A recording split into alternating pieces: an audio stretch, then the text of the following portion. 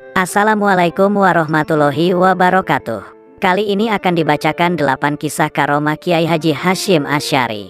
Kisah ini diambil dari berbagai sumber yang disatukan ke dalam satu video dengan judul 8 kisah karomah Kiai Haji Hasyim Asy'ari. Berikut kisahnya. Kiai Haji Muhammad Hasyim Asy'ari lahir pada tanggal 10 April tahun 1875, 24 Zulkaidah 1287 Hijriah, dan wafat pada tanggal 25 Juli tahun 1947. Dimakamkan di Tebuireng, Jombang. Beliau adalah pendiri NU, organisasi massa Islam yang terbesar di Indonesia. Mbah Hasyim adalah putra ketiga dari 11 bersaudara. Ayahnya bernama Kiai Asy'ari, pemimpin pesantren keras yang berada di sebelah selatan Jombang.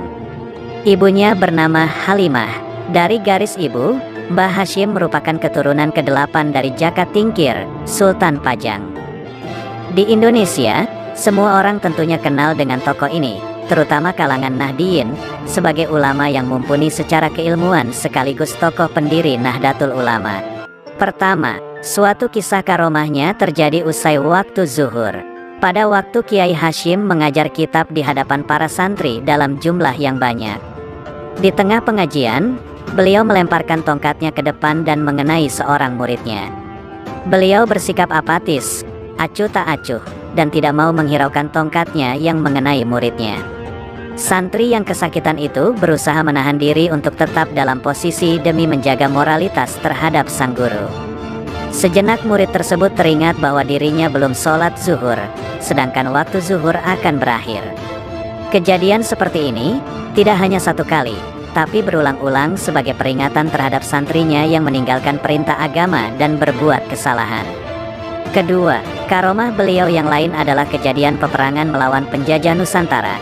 Pada saat terjadi perang kemerdekaan, semua orang yang akan pergi perang untuk mengusir penjajah, mereka semua dikumpulkan oleh Mbah Hasyim di pondok pesantren Tebuireng. Mereka diberi minum air sambil membaca, "Ya Allah ya Hafiz, ya Allah ya Muhid, fangsurna alal kaumil kafirin." Bagi orang-orang yang beliau kumpulkan tersebut, Mbah Hasyim memberi beberapa pantangan yang tidak boleh mereka langgar. Ketiga, selain itu Allah Subhanahu wa Ta'ala memberi kemampuan kepada Mbah Hasyim untuk mengetahui apa yang sedang terjadi di tempat lain, meskipun tempat itu jauh.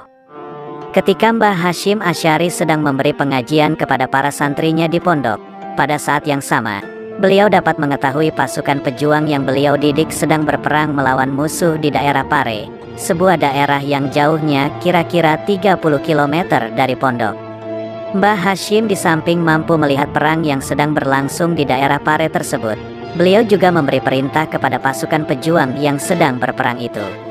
Penjajah tidak pernah berhasil menghancurkan pondok pesantren Tebuireng.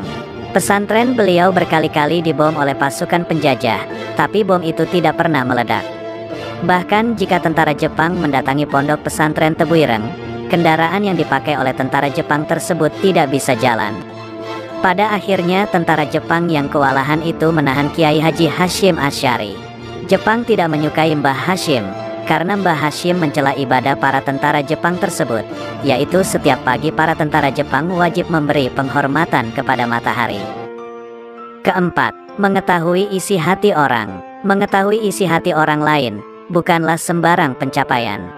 Kiai Hasyim menurut kesaksian Kiai Abu Bakar dapat mengetahui isi hati orang lain. Padahal saat itu tidak pernah diceritakan hal tersebut kepada beliau. Suatu saat beliau berangkat dari rumah ke pondok jalan kaki melewati prostitusi dekat pondok, yang juga merupakan bentukan pemerintah Hindia Belanda melalui pabrik gula cukir. Beliau berpikir negatif, kok bisanya dekat pondok Tebuireng, ditempati wanita-wanita seperti ini. Saat itu usia beliau masih muda, jelas pikiran muda sekali kemana-mana. Sesampainya di pondok, beliau tetap kepikiran tentang hal itu. Tiba-tiba, pukul 8 seusai mengaji, Kiai Hasyim mengumpulkan santri. Abu Bakar muda ada di antara kumpulan santri itu. "Ngene ya leyo, jeding iku ono cerene, lek ga ono cerene ganduwe jeding." Artinya, begini ya nak, kamar mandi itu ada kalinya untuk pembuangan. Kalau tidak ada tempat pembuangan, bagaimana bisa punya kamar mandi? Mendengar dawuh begitu, Abu Bakar muda ini tersentak seperti didhawuhi di depan umum oleh Kiai Hashim, padahal santri lain tidak tahu bahwa itu menyindir santri kalong bernama Abu Bakar. Sejak saat itu, Kiai Abu Bakar tidak mau berprasangka buruk lagi tentang pondok dan keadaan masyarakat sekitarnya. Jok moleh sek, jamaah zuhur sek, kata beliau, artinya, jangan pulang dulu, jamaah zuhur dulu. Akhirnya Abu Bakar tadi tidak jadi pulang, ikut salat berjamaah plus dengan wiridnya.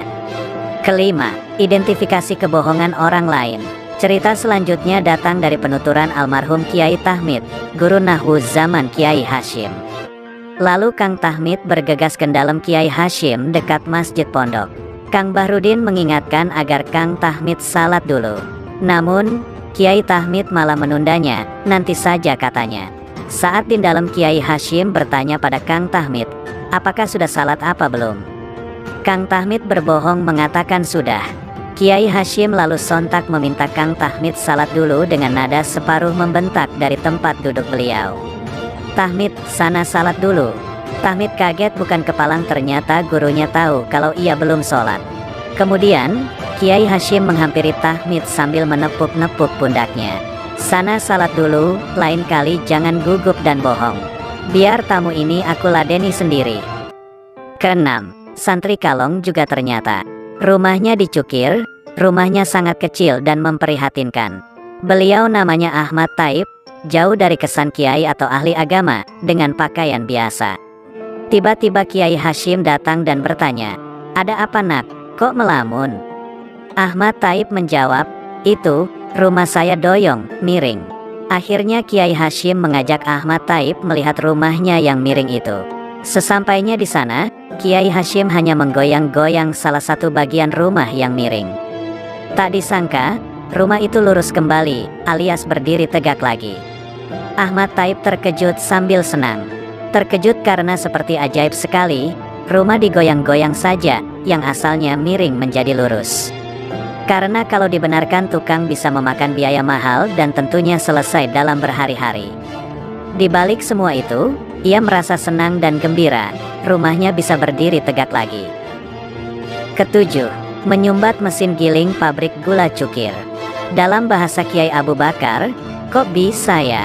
Di depan Tebu Ireng pada masa penjajahan Belanda, suatu saat lori yang mengangkut tumpukan tebu siap giling, terguling. Tebu-tebu berhamburan. Santri yang mengetahui itu, berhamburan mengambil tebu itu. Lalu mandor Belanda datang dan memukuli mereka.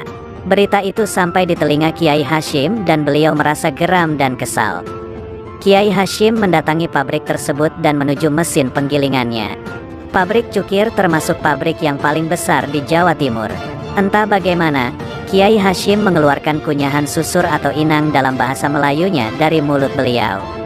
Lalu disumpelkan atau dimasukkan ke mesin penggilingnya. Walahu alam, mesin berhenti dan padam. Kiai Hashim membiarkannya sampai 3 hari. Pabrik tidak bisa beroperasi, tentu rugi. Tebu-tebu yang datang mengantri untuk digiling, menjadi kering. Dibenarkan oleh teknisi tidak kunjung bisa menyala. Akhirnya pihak pabrik sowan kepada Kiai Hashim dan meminta maaf. Sejak saat itu, Belanda membiarkan santri mengambil tebu gratis dan dibiarkan saja. Kedelapan, Hadratus Syaikh Muhammad Hashim Asy'ari. Ketika Hashim Asy'ari muda berangkat nyantri ke pesantren yang diasuh Kiai Haji Muhammad Khalil bin Abdul Latif Bangkalan, Madura. Hashim Asy'ari muda langsung diuji oleh sang guru. Hashim Asy'ari muda disuruh naik ke atas pohon bambu.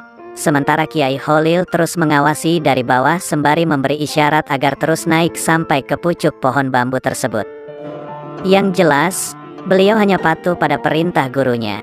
Anehnya, begitu sampai di pucuk, Kiai Khalil mengisyaratkan agar Kiai Hashim langsung meloncat ke bawah. Tanpa pikir panjang, Kiai Hashim langsung meloncat. Sungguh di luar dugaan, ternyata beliau selamat.